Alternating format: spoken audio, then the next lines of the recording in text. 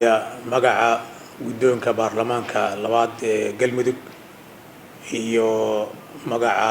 xildhibaanada baarlamaanka labaad ee galmudug anoo xiganaya guddiga doorashada madaxweynaha iyo madaxweyne ku-xigeenka galmudug go'aankoodii maanta ay soo saareen oo muddadii doorashada madaxweynaha iyo madaxweyne ku-xigeenka ay ku kordhiyeen 3 maalmood. waxaan rabaa mar labaad inaan ugu baaqo dhammaan daneeyaasha galmudug inay ka soo qayb galaan waxna ka dhammaystiraan doorashada galmudug oo soo bilaabatay maamul dhisideedu muddo laga joogo 7 bil soo martay heerar kala duwan ku soo dhamaatay dhismihii iyo doorashadii baarlamaanka galmudug kadibna loo gudbay dhammaystirkii in la doorto madaxweynaha iyo madaxweyne ku-xigeenka taas oo waqtigii hore ilaa 15 maalmood soo qaadatay maantana guddigu ay ku dareen 3 maalmood. 3daas maalmood waxaan rajaynayaa inay ka faa'iidaystaan dhammaan inta danaysa arrimaha galmudug haddii ay yihiin daneeyaal dan kale qabashada xilalka dastuuriga ee galmudug iyo dib u heshiisiinta si gaar ahaaneed waxaan ugu baaqayaa mas-uuliyiinta ka tirsan galmudug u hanqal taagayso ama isu soo sharaxday xilka madaxweynaha iyo madaxweyne ku-xigeenku in ay ka faa'iidaystaan fursaddaas kana soo qayb galaan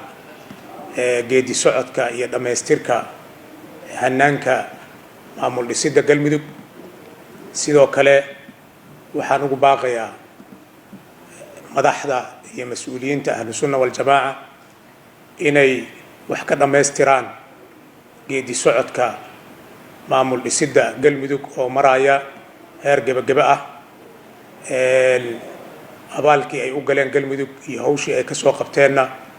ay wax ka dhammaystiraan. waxaan rajaynaynaa maalmaha kooban ee noo dhiman doorashada in dhammaan reer galmudug gaar ahaan siyaasiyiinta madaxda ahlu sunna waljamaaca ciidamada qalabka sida galmudug iyo kuwa federaalka ee galmudug ka howlgala wasaaradda arrimaha gudaha ee dowladda federaalka oo kaalin weyn ka qaadatay dhammaantood inay si hufan oo daacadnimo ay ku jirto ay wax ka dhammaystiraan maamulka maraya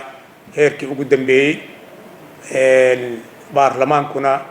oo ka qayb qaato sidii dhammaan musharaxiinta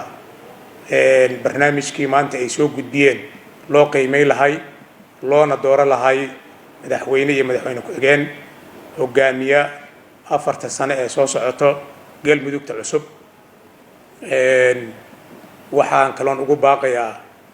dowladda federaalka iyo beesha caalamku in ay gacan naga siiyaan dhammaystirka geedi socodka hanaanka maamul dhisidda galmudug nagalana soo qayb galaan doorashada dhici doonto 2 bisha February daadihinayaan guddiga baarlamaanka dowlad goboleedka galmudug. wabilaahi tawfiiq.